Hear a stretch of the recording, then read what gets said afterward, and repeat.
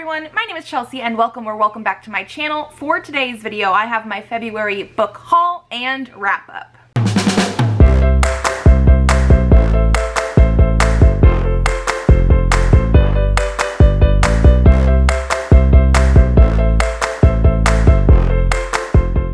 So we are going to be starting with the haul and then moving into the wrap up. I will have timestamps down below for you in case you want to jump to one or the other.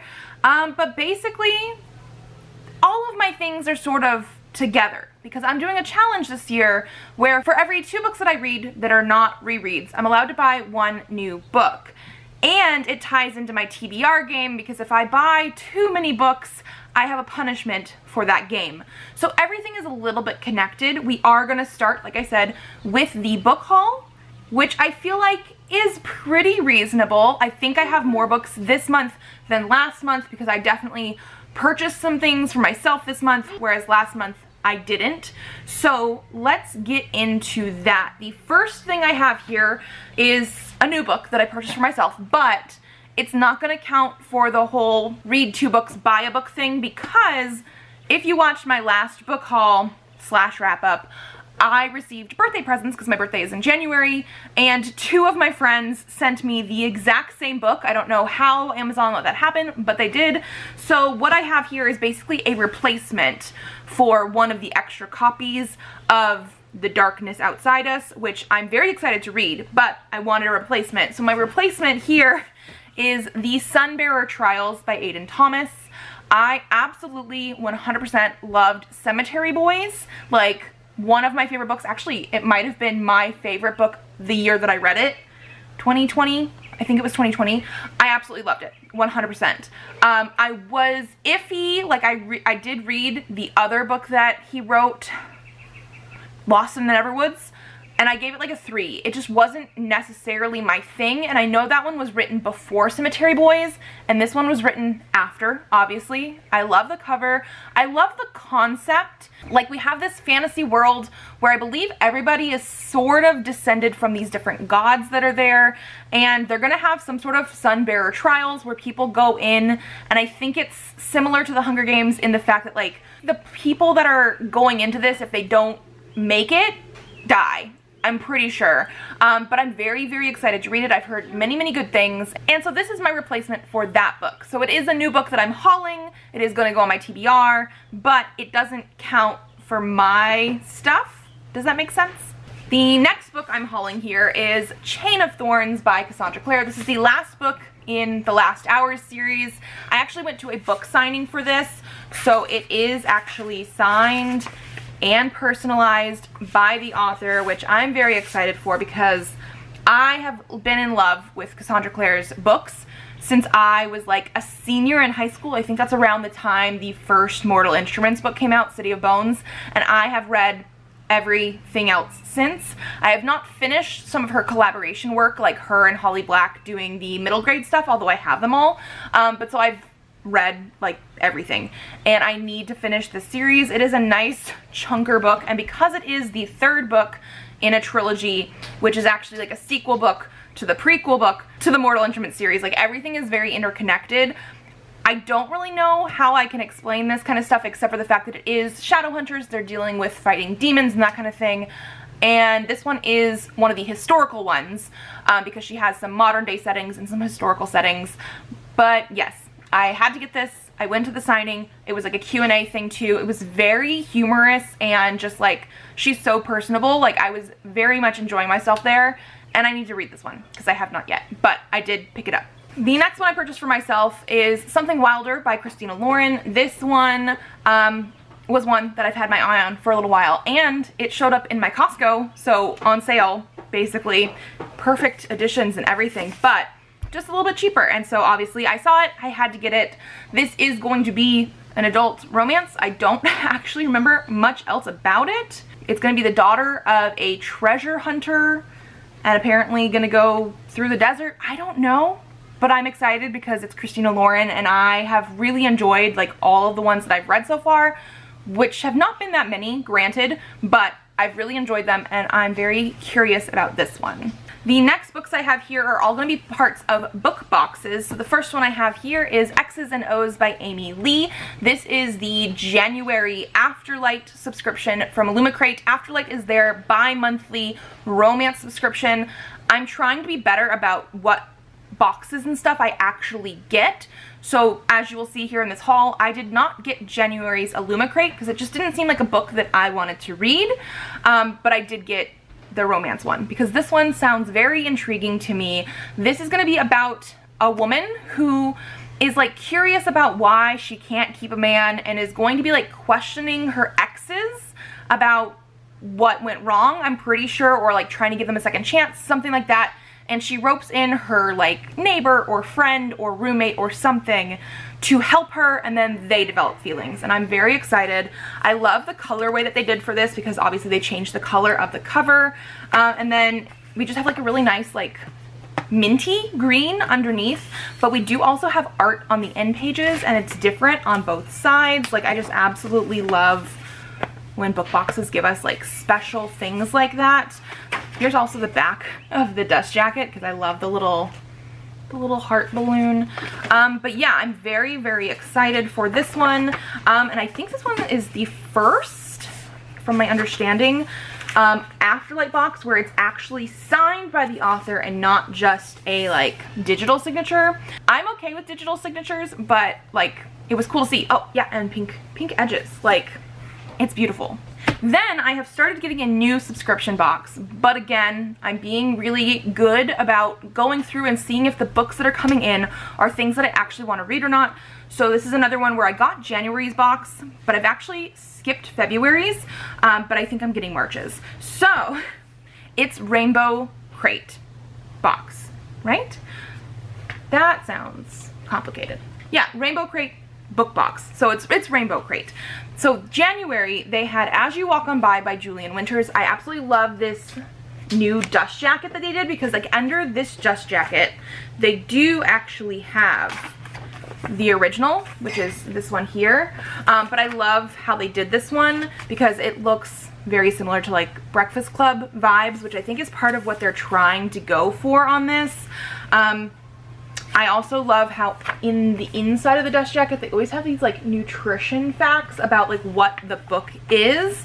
So for this one, nutrition facts, 25 chapters per container, amount of pages is 336, and then they have like representation, so your daily value percentage, Black 100%, gay 100%, Asian 20%, bisexual 25%, non-binary 25%, genre YA contemporary, plot again 100%, but it has 500 grams of awkward proposals, 175 grams of crushes, 150 grams of outcasts, 40 grams of party time, and then demographics 100%. Obviously it equals 100%, but it's 100 grams of young adult, 0 grams of adult. So this is obviously a young adult book.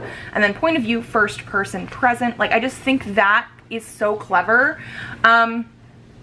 And the book in general, because I actually don't fully remember, it says 17-year-old Theo Wright has it all figured out. His plan, well, more his dad's plan, is a foolproof strategy that involves excelling at his magnet school, getting scouted by college recruiters, and going to Duke on athletic scholarship. But for now, all Theo wants is a perfect prom night. After his best friend Jay dares him to propose to his crush at Chloe Campbell's party, Theo's ready to throw caution to the wind and take his chances. But when the promposal goes epically wrong, Theo seeks refuge in an empty bedroom while the party rages on downstairs. Okay, so there is prom stuff obviously going on. I'm very curious if we're gonna get like a really good friend group vibe because of the cover. So yes. And the other thing I love about this box, which is part of the reason I wanted to get it, is not only do they have a traditionally published book with like a cool dust jacket that you get, but they are now always including a second indie book that they have like decked out as a hardcover, and I'm just like so excited. So this one here is The Name Bearer by Natalia Hernandez. So this is the cover that they did for the box, and it's like so holographic, like here at the name. Like I am in love with it. Also the back has like some holographic sort of shiny bits. It's so cool. But so they deck this out. Look at the edges. Like this is all for an indie book, which I love. And then the dust jacket again has our nutrition facts. So for this one, it does say 22 chapters per container, pages 322, and then daily value representation stuff. So it says Sapphic 100%, non-binary 15%, plus size 25%, Latinx 100%, and Afro-Latinx 25%. Genre is Latin-inspired fantasy. Plot, so again, to make up 100%, we have 100 grams of magic flowers, 375 grams of slow burn, 200 grams of discovering yourself, 175 grams of weapons training. Demographics for this one is 50 grams adult, 50 grams young adult. So it looks like we're pretty much in a, you could read it with either demographic or maybe the new adult sort of genre that I know normal publishers don't think is a thing, but it is a thing. And point of view is third person close. And then on the naked hardcover, this is actually the original cover of the book, which is again gorgeous, but I love that that's what they did. They made the naked hardcover gorgeous. Like, I am a sucker for books that look gorgeous without the hardcover on, because that's how I read them. We do have a signed book plate for this one, and it has like a map and a royal decree on the end papers. So again, just like gorgeous. I'm so curious about what this is going to end up being, and it does look like it's the first book in either a series or something like that, because it says a Flowers of Prophecy novel. But like, so gorgeous. Like, I'm in awe of this, and I don't know what this is about either, and I'm not entirely too sure if it's going to say anywhere, because the dust jacket just has that. Oh, maybe this one, maybe the back. Maybe they actually do the back, because they don't have to have all those like author quotes of like, we loved it. Her former life of the brilliant textiles, vibrant patterns, and vivid colors of the palace would be replaced with the less radiant but warmer tones and hues of her new home. Where the palace was eye-catching and flamboyant, the temple of Danray was warm and homey, bursting with the muted colors of the earth. The training fields were weather-beaten and rich, and the buildings full of coppers, bronzes, and golds. She noted that the Derayan warriors and trainees all wore outfits in hues of fawn, mushroom, sage, and nut brown that helped them blend in with their surroundings, and she was glad for the new wardrobe that helped her to look like she belonged, regardless of how scratchy and stiff she might find the fabric. Yeah, nope, that's not what it's about. It's just maybe some quoting from the book, but like this one is also, it says, with birth there is always pain, and you are being born anew. It will take some time to find your feet again. Gorgeous quoting and everything. I just don't know what this book is about, but I am curious. And then the last book that I purchased for myself actually was an ebook. It was on sale for free, I'm pretty sure. It's called More Than Stardust by Vivian Jackson. This is going to be some sort of like sci-fi, potentially sci-fi romance. And it says, she never wanted to be a god, she only wanted to be a girl. Chloe, a self-aware, highly illegal nanorobotic artificial intelligence, knows a thing or two about wanting. The growing machine rebellion wants her to become a god. The technocratic global consortium wants to cage her, take her apart, and reverse engineer her. Her family wants to keep her a secret. Her best friend Garrett wants to keep her safe. Chloe is a thing made of wants, and it's time the world knew hers. So yes, it looks like it is sci-fi romance. It's the third book technically in a series, but they are not something that you have to read in order, and I love the cover. I'm very intrigued by it, and it was free, so I was like, yes please, sign me up, I want this one. So that's the haul. I ended up hauling minus the Sunbearer Trials because it's a replacement book. They're right here. 6 books. We're going to be going into all of my stats and stuff, but we just wanted to make sure that I didn't go over what I was allowed to purchase. I actually read 9 books in January minus any DNFs, which means I was able to buy 4 books for January and a half technically, but I also won my TBR game, so I could buy 5. Then for February I read 14 books minus 1 for a DNF. We will talk about all of those. So technically for that I could buy 6, but then I had a half and a half for January, so like 7 books. And I won my TBR game, so I technically could buy 8 books for February. So 5 plus 8 is 13. I only ended up purchasing 6 things so far this year, so I have 7 things more. that I could purchase. Like I'm at a deficit right now for the things I'm allowed to purchase, which is great. So we are all on track for that. I hope the math made sense. But that's the haul, and now we're gonna go into my stats and the wrap up. So starting off with all of the stats, because that's sort of just how we do it here, I did end up reading 14 things in the month of February. One of them was a DNF, and we'll get to that as well. But I actually read a total of 3,797 pages, which is more than I read in January. January was like 3,100 or so. This time I was getting close to 4,000. Like, I read quite a bit in the month of February. The reading method, 7 ebooks and 7 physical books, split right down the middle.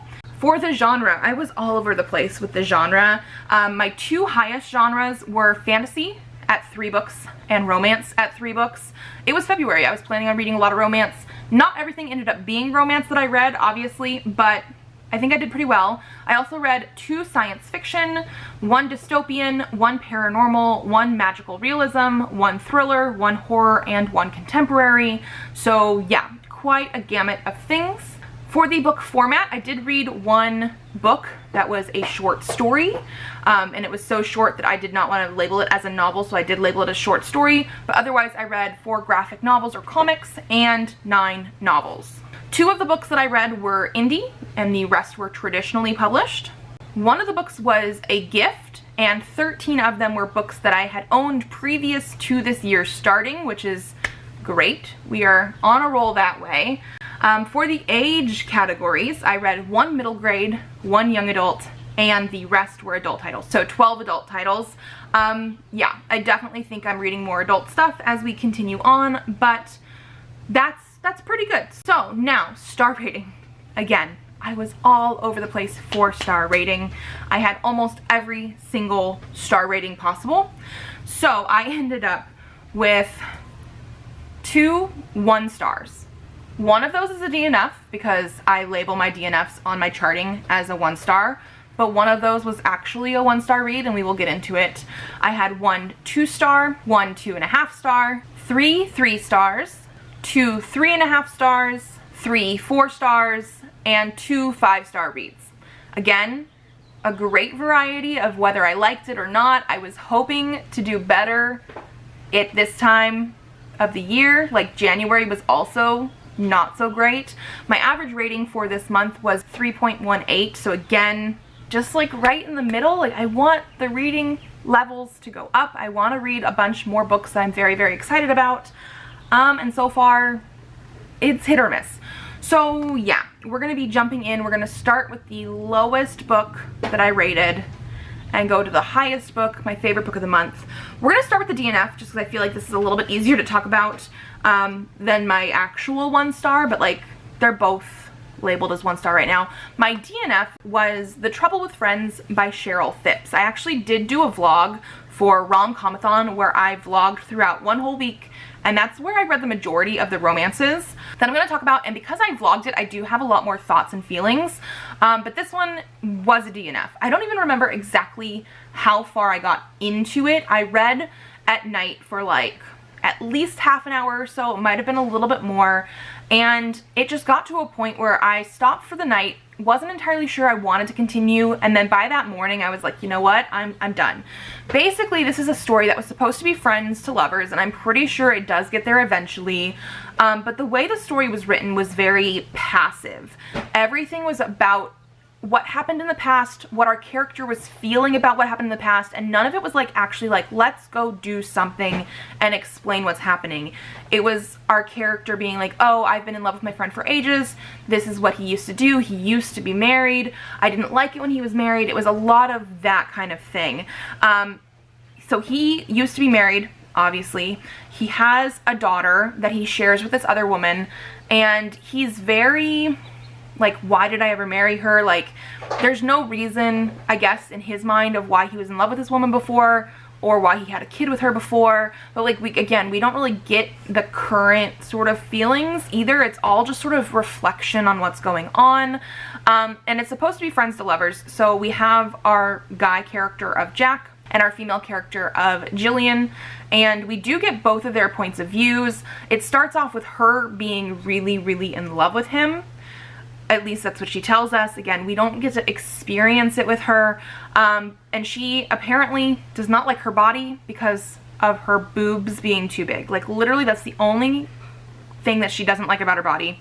And the reason I'm explaining it like this is because we do eventually get him and her and his daughter going to the beach, and something happens where her top comes off, and that is the first and only time from when I was reading that we get an indication that he sees her as something other than a friend. But it's only because he sees her topless and is like, hey, my friend who I've known for forever, that I've never experienced feelings for, has good boobs, and I think I'm starting to feel something for her in a lusty way, and I'm seeing her in a different light, and like that's it.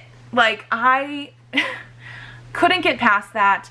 I did look up some reviews after that first night of reading before I fully was like, I'm done, and I only look up reviews if I'm not too sure about a book. Like I don't really look at reviews very much when I'm deciding what to read, only if I'm deciding if I want to actually continue.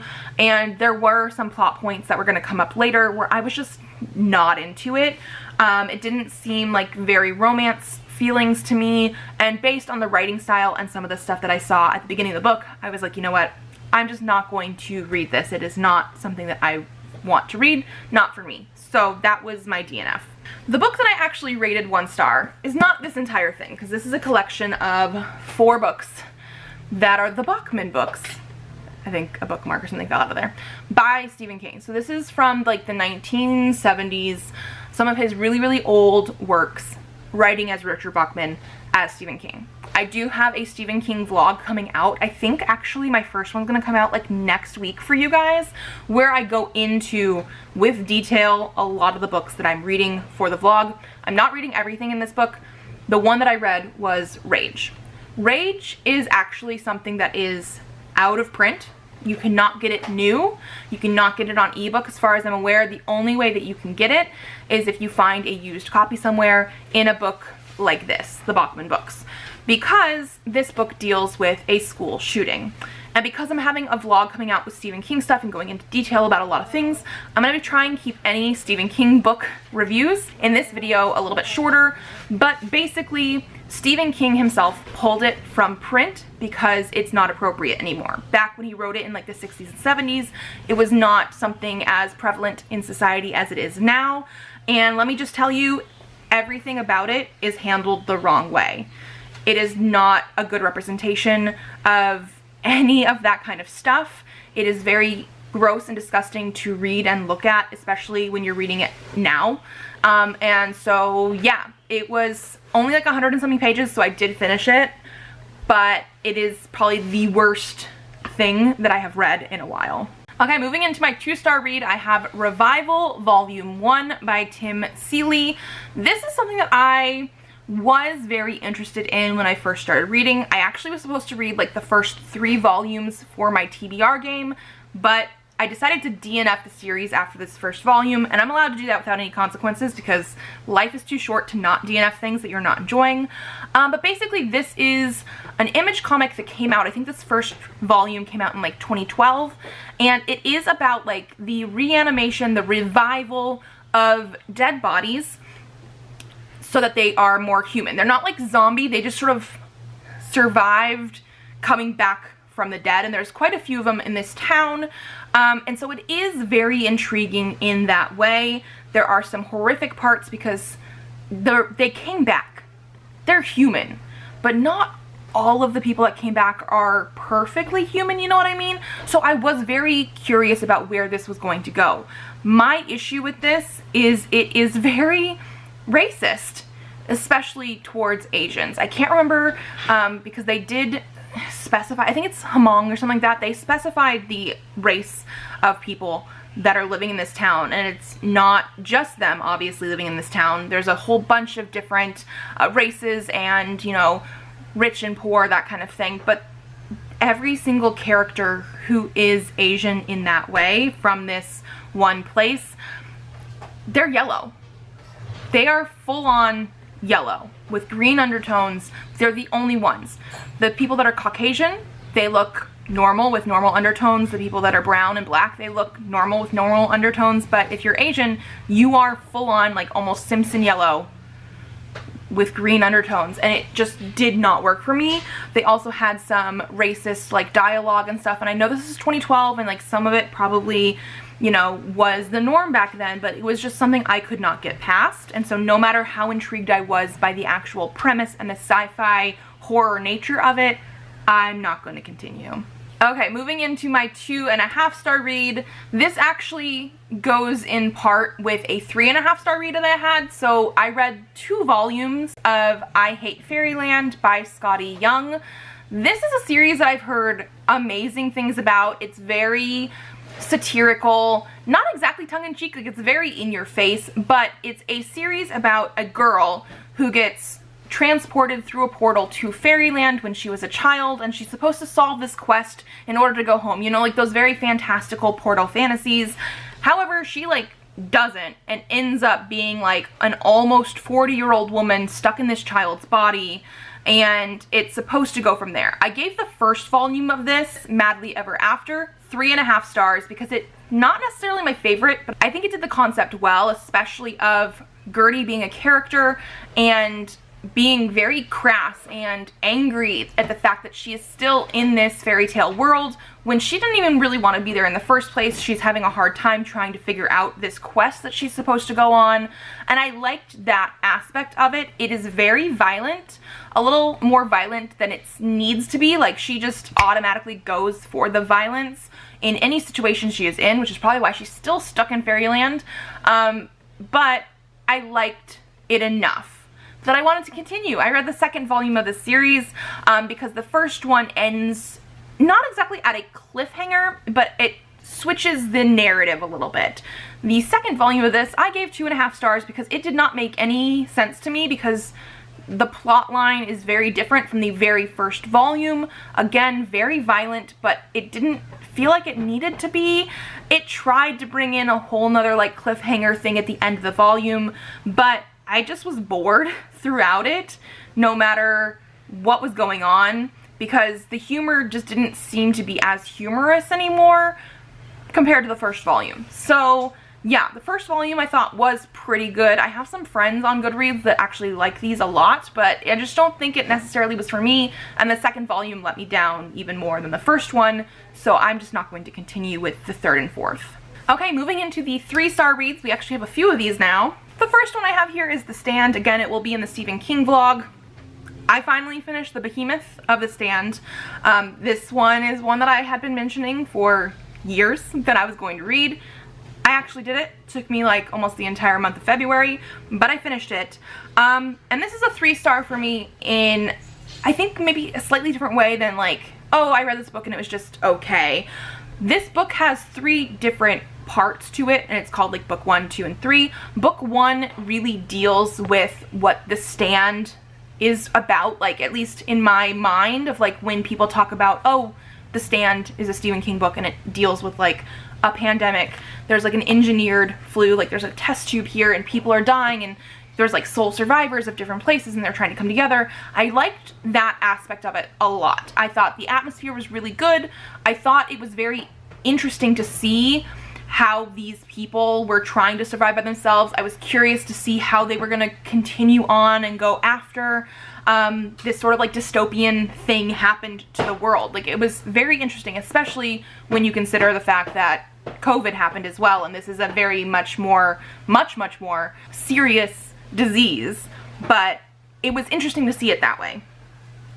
The second book of this brings in a more religious aspect, a more good versus evil aspect, and I did not like it. I was hoping it was going to continue to bridge the gap between the virus thing and what it eventually decided to be, and I just don't think it really worked. I don't understand how we got from like one sort of tone of book to the second one. Like, it just didn't feel like they connected for me at all, and so while I did like the first part quite a bit, I didn't like the rest of it very much.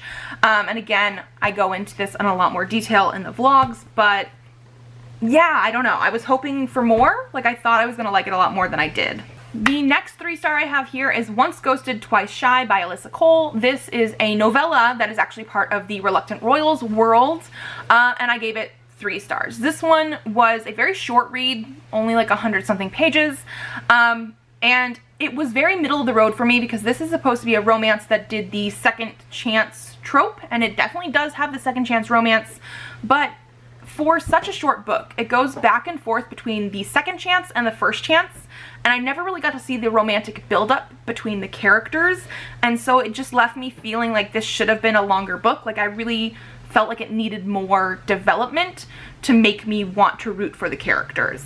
The next 3 star I have here is The Rehearsals by Annette Christie.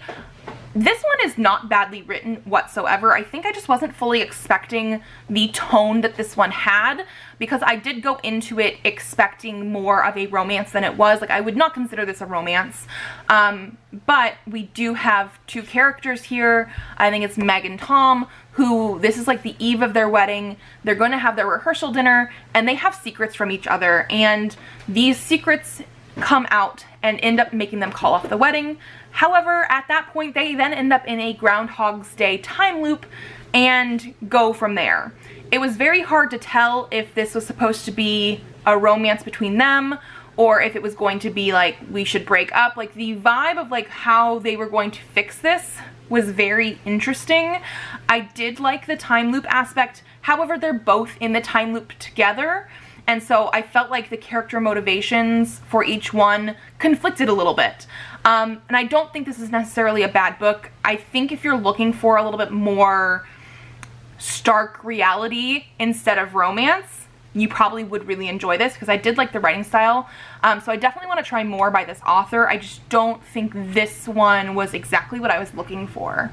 Moving into my 3.5 stars, we already talked about I Hate Fairyland. So my other one that I had here was The Princess Game by Soman Shinani. This was a very short story. It was one of the like Amazon originals that came out a couple years ago or so, in their like fairy tale retelling sort of thing. And this one is more of a like mystery crime type of one, but it's based on, I couldn't tell if it was high school or college, but it's like the princess game where people that are called princesses in this school, so like the popular girls, are dying, and the princes are being questioned for it. They're not actually princes, they're not actually princesses, but you could definitely see the parallels between who was supposed to be who. And I did like most of it, but again, because it was so short, I was almost wishing for a little bit more. Also, there was a twist at the end that I did not think was a twist. It was just something that was trying to be a little bit too twisty, but again, I feel like we needed more development to actually make it make sense. But it was a very quick read, and so yeah, 3.5 stars. Moving into my 4-star reads, the first one I have here is Dark Angel by L.J. Smith. This is the like 4th book in the Night World series, I'm pretty sure. So far, I think it's one of my least favorite of the Night World series, because all of these are basically like paranormal romances. Most of them have like a fated mate sort of trope, that kind of thing. This one ended up being our main girl character basically ends up dying of like hypothermia, but when she is in this like purgatory sort of area, like a waiting area, staging area, they tell her it wasn't actually her time, she needs to go back down and continue living, and that she also has a guardian angel who is looking out for her, is going to help her get the guy that she wants, this kind of thing. But then he ends up being not necessarily the nicest person, and so the vibes of it were just very confusing to me, because I was like, are we supposed to be rooting for this person that she wants to fall in love with, or are we supposed to be rooting for the other guy? I couldn't tell if it was actually going to end up with the paranormal romance aspect that it did. It did have some, but I want to say it was more just paranormal. I think that's the genre I put it in, and so it was very easy to read. All of these books are, but it just wasn't necessarily my favorite of the series. My next 4-star was actually another Alyssa Cole. I read 2 of them this month, and it was The AI Who Loved Me. This one is another short novella sort of thing. I think it's closer to 200 pages than 100 pages, but it's under 200 pages. And this is a sci-fi romance. I don't think it was as much romance, again, as I was wishing, but I really did like the sci-fi aspect of it. Basically, we're following a character whose neighbor is an AI, and they come together and they're sort of talking to each other, and I think she finds out very quickly that he's an AI, and so she's trying to help him figure out, you know, life and feelings and all this kind of thing. And there is more to the story than just that. This is one of those ones that I did enjoy while I was reading it, but I wanted more because it was good. Like, I really wish this would have been like a full-length novel. I could see this sort of world that this is written in actually being a series, because there is a lot of action to it, more than I was expecting. But I do think the best aspect of it is the sort of AI, that sort of technology area versus the romance. The romance didn't feel as developed, but I did like what I read. And then my next 4-star was Love on the Brain by Ali Hazelwood. This one I really did enjoy. It just had some elements that made it a 4-star. So I absolutely loved The Love Hypothesis that I read last year, gave it 5 out of 5 stars. And so I was very curious about this one.